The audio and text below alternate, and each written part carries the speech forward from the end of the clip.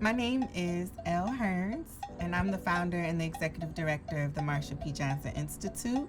We are a human rights organization for Black transgender people in the United States, working to really protect and defend our human rights and our human dignity. Honoring Marsha P. Johnson's legacy has always been such a necessity to me because I recognize that there are so many women who came before me and there are so many women who will come after me, and it's something to protect, who we are as Black trans women and the reasons why we have to choose activism. We work to really not only interrupt the murders, but the systemic and structural violence that Black trans people in this nation are facing, because we know that without action, without resistance, things are going to stay violent.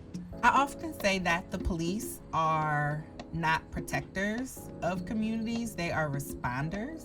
And so the police typically respond after violence has occurred. They don't actually interrupt it without contributing to more violence. I spend so much time thinking about what would be needed to safely create interruptions without violence being the only result. Even as myself, I'm always forced with a decision of, do I fight, or maybe do I think about a different way to handle this? But having more resources where people can answer those questions for themselves, but also be encouraged to think about those answers with people that love them, is really what I think is, a big missing component to the makeup of the world.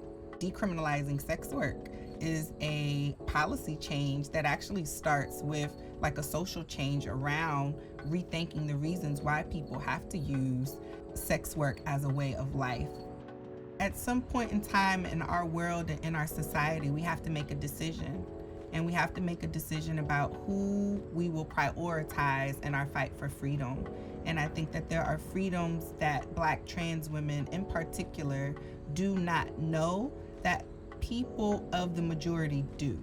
And so until those of us who are considered the least, until we have what we need, no one else will be able to exist fully in the ways that they desire. And so I do think that the desires of Black trans women have to remain a priority for all of our movements. If it's not informed by radical Black women, I don't want to be a part of it. We all have great power to harm, but also to do good. And so I always believe that if we focus on doing good, we'll do good.